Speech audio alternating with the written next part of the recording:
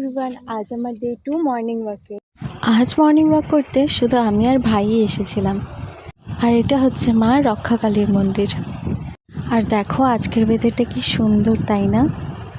আকাশ পুরো নীল আর একদিকে সব মেঘগুলো জমা হয়েছে, কি সুন্দর দৃশ্য।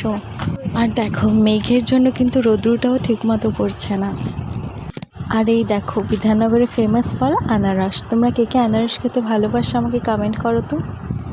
আর এই দেখো RGCSM কম্পিউটার সেন্টার।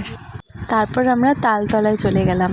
পরপর দুটো তাল গাছে একদমই তাল নেই, কিন্তু পাশে আরও একটা তাল গাছ ছিল। এখানে দেখো পুরো গাছ ভরে তাল রয়েছে।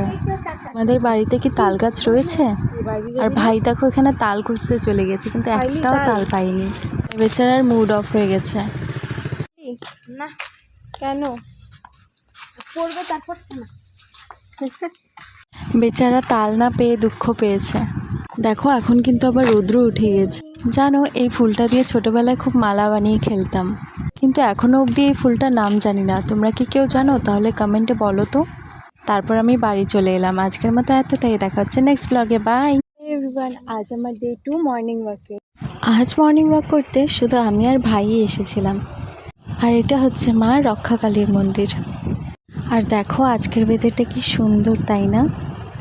আকাশ পুরো নীল আর একদিকে সব মেঘগুলো জমা হয়েছে, কি সুন্দর দৃশ্য। আর দেখো মেঘের জন্য কিন্তু রৌদ্রটাও ঠিকমতো পড়ছে না। আর এই দেখো বিধাননগরের ফেমাস ফল আনারস। তোমরা কে কে আনারস খেতে ভালোবাসো আমাকে কমেন্ট করো তো। আর এই দেখো RGCSM কম্পিউটার সেন্টার। তারপর আমরা তালতলায় চলে গেলাম। পরপর দুটো তাল গাছে একদমই তাল নেই, কিন্তু পাশে আরও একটা তাল গাছ ছিল। এখানে দেখো পুরো গাছ ভরে তাল রয়েছে। আমাদের বাড়িতে কি তাল গাছ রয়েছে? আর ভাই দেখো এখানে তাল খুঁজতে চলে গেছে, কিন্তু একটাও তাল পাইনি। বেচারার মুড অফ হয়ে গেছে। না কেন পড়বে তারপর না। বেচারা তাল না পেয়ে দুঃখ পেয়েছে। দেখো এখন কিন্তু আবার রৌদ্র উঠে গেছে।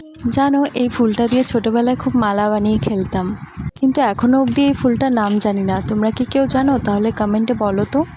তারপর আমি বাড়ি চলে এলাম। আজকের মতো এতটাই, দেখা হচ্ছে নেক্সট ব্লগে। বাই।